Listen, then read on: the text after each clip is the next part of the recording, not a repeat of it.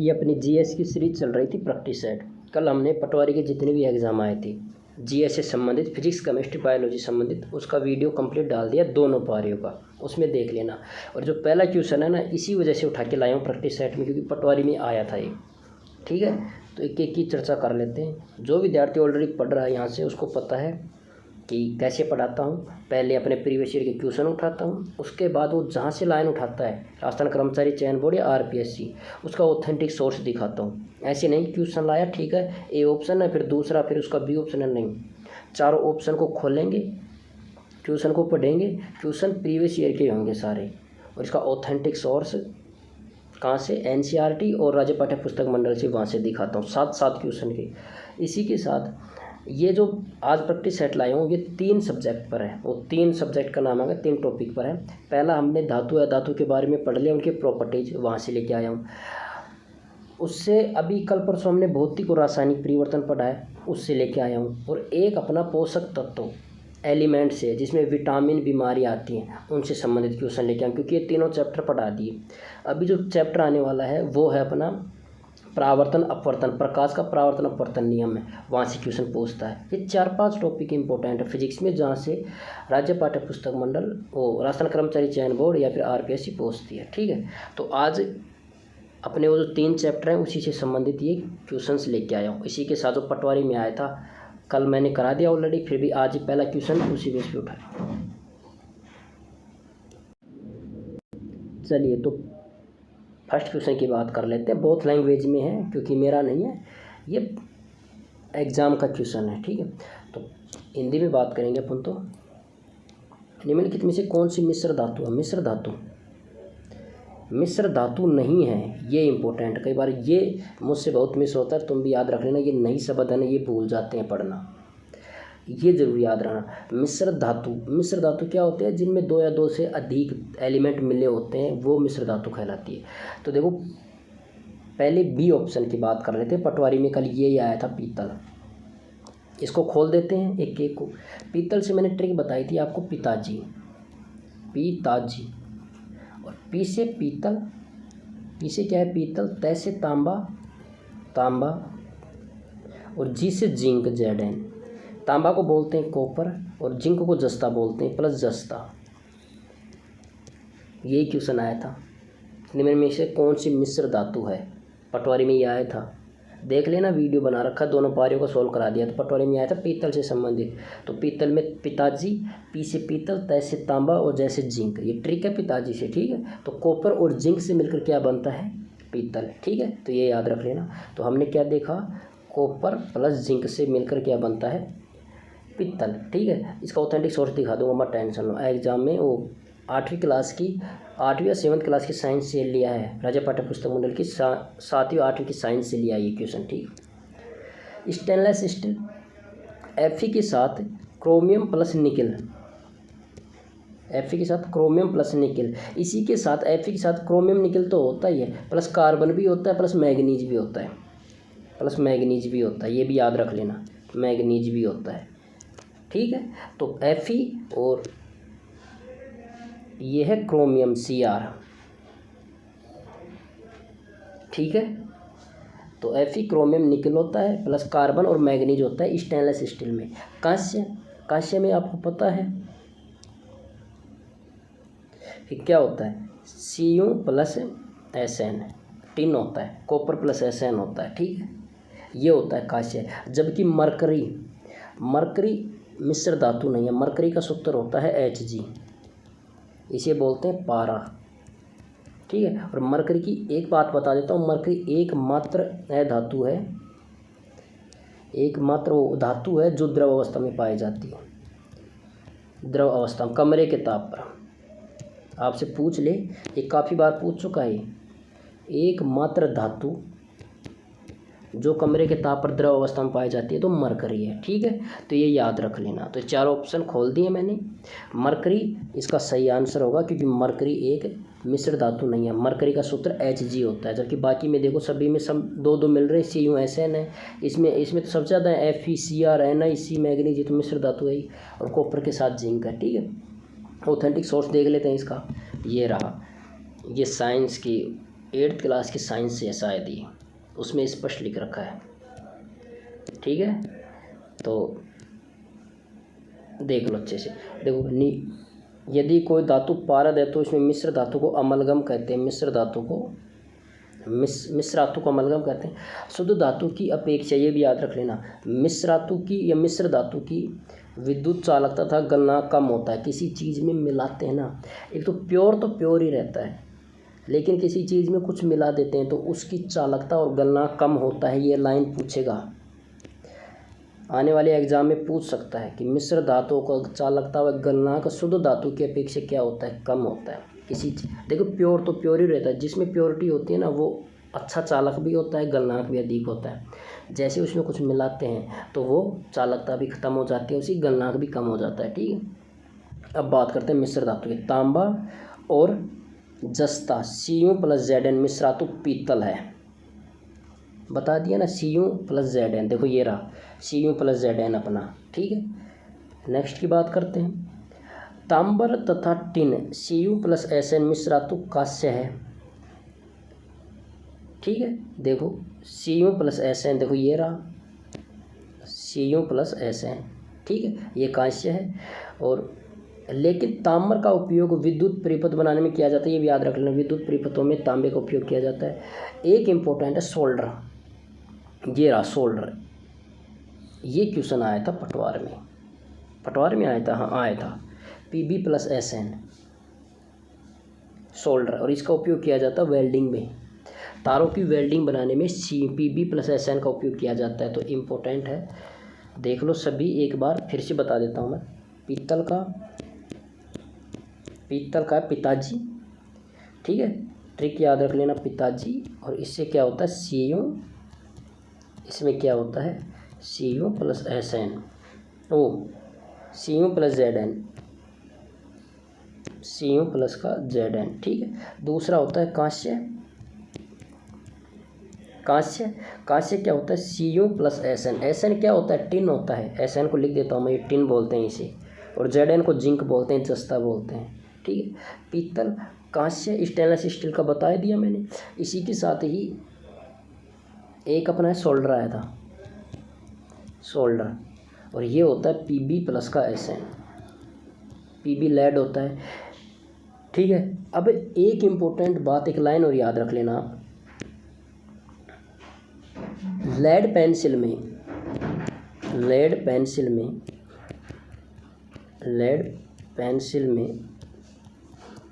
0% lead होता है।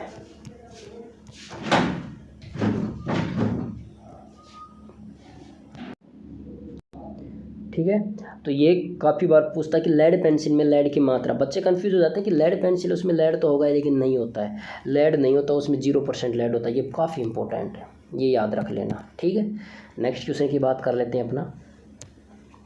ये क्वेश्चन है भौतिक और रासायनिक परिवर्तन, जिसने हाल ही में मेरी क्लास देखी होगी, जस्ट अभी मैंने कराई है, अभी हाल ही में। ठीक है, उसको पता होगा ये इसके बारे में। ये इंग्लिश वाले इंग्लिश में देख लो एक बार पॉज करके। ठीक है, मैं हिंदी में लेके चल रहा हूँ इसको। भौतिक और रासायनिक परिवर्तन।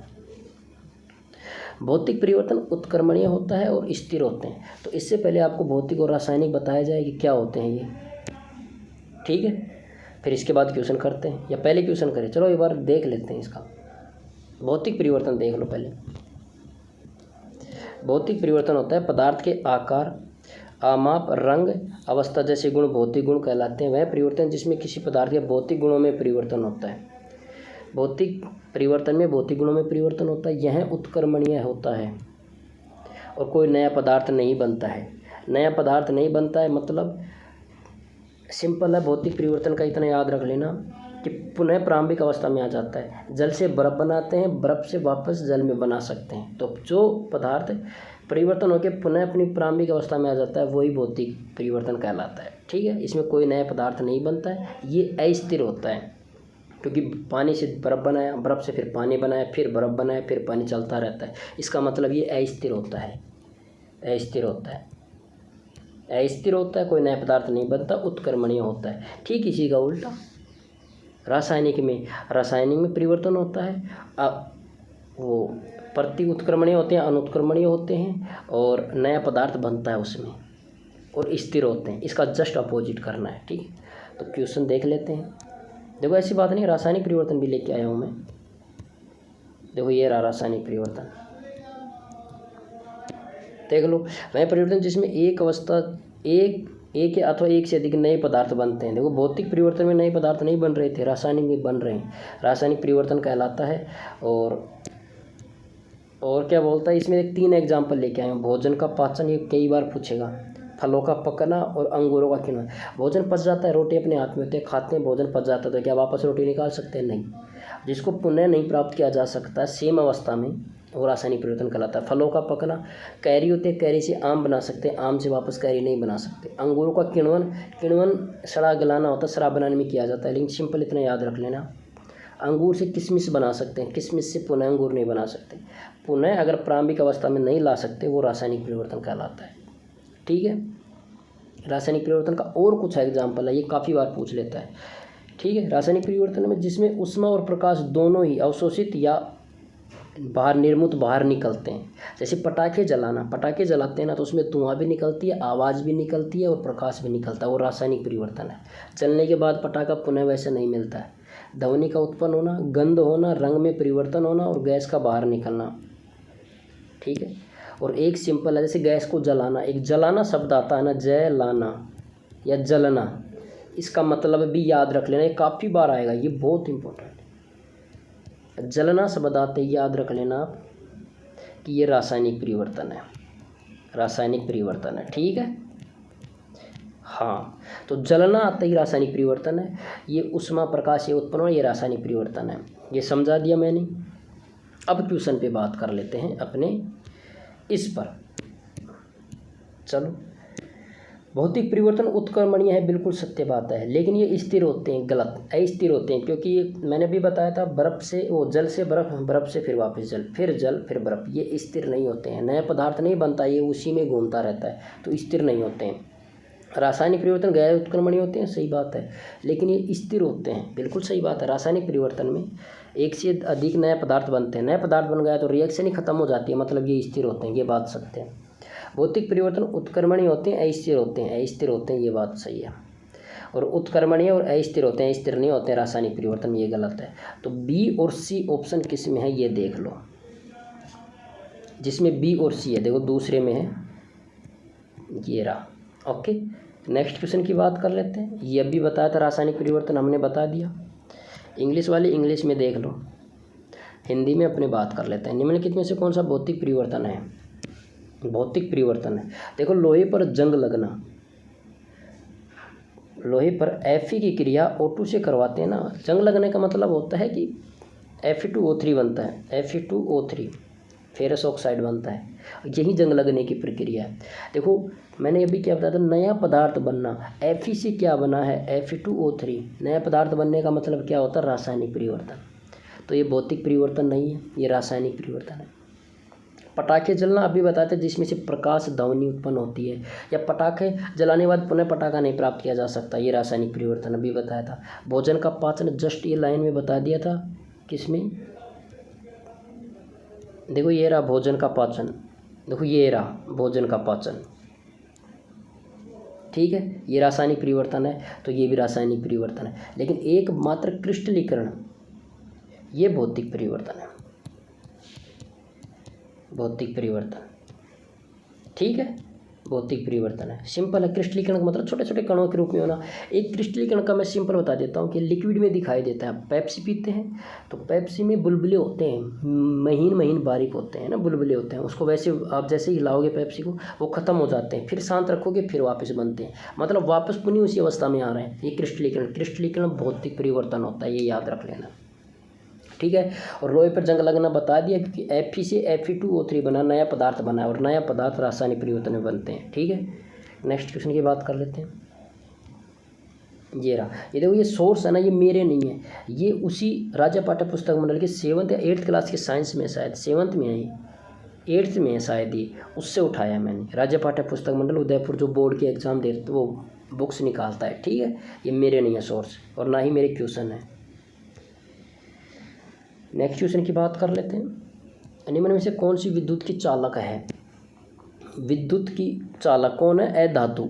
ये भी याद रख लेना, इंपॉर्टेंट क्या बात पूछ रहा है इसने, अधातु पूछी है, क्योंकि धातु तो चालक होती है, धातु में तो चालकता गुण पाया जाता है। अधातु कुचालक होती है, लेकिन एकमात्र अधातु जो चालक अवस्था में पाई जाती है वो है ग्रेफाइट। ये याद रख लेना। थोड़ी तबीयत डाउन है, एडजस्ट कर लेना, ठीक है, इसलिए पॉज कर दिया था। तो धातु में चालकता का गुण पाया जाता है, अधातु में चालकता का गुण नहीं पाया जाता, लेकिन इसने फिर भी पूछा कि अधातु जो विद्युत की चालक होती है, तो एकमात्र अधातु है जो विद्युत की चालक होती है, ग्रेफाइट। एकमात्र अधातु, ये तो दो मात्र है, एक मात्र नहीं है, आयोडीन और हीरा। आयोडीन होती है भंगुर, भंगुर, हीरा होता है कठोर, कठोर। इन दोनों में क्या इंपॉर्टेंट है, ये याद रख लेना, आयोडीन और हीरा ये दोनों अधातु हैं, लेकिन ये चमकदार पाए जाते हैं, चमकदार।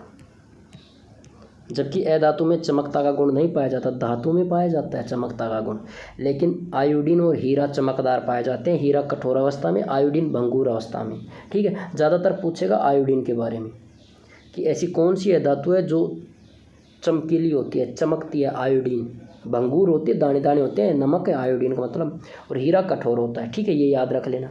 कोयला, कोयला अधातु है, आपको पता है, सल्फर भी अधातु। कोयले के अपर रूप होते हैं 3, ना कोयले के अपर रूप बहुत होते हैं, ठीक है। और जैसे हीरा है, ग्रेफाइट है, ये अपर रूप ही हैं कोयले के, कोयले के नहीं कार्बन के हैं। कोयला खुद कार्बन का अपर रूप है, सॉरी, तो कार्बन का अपर रूप है, कार्बन का अपर रूप है, ठीक है, अपर रूप है कोयला। और सल्फर, सल्फर एकमात्र अधातु है जो चाकू की सहायता से कट जाती है, इसको चाकू की सहायता से काटा जाता है, चाकू की सहायता से सल्फर को, ठीक है, हाँ।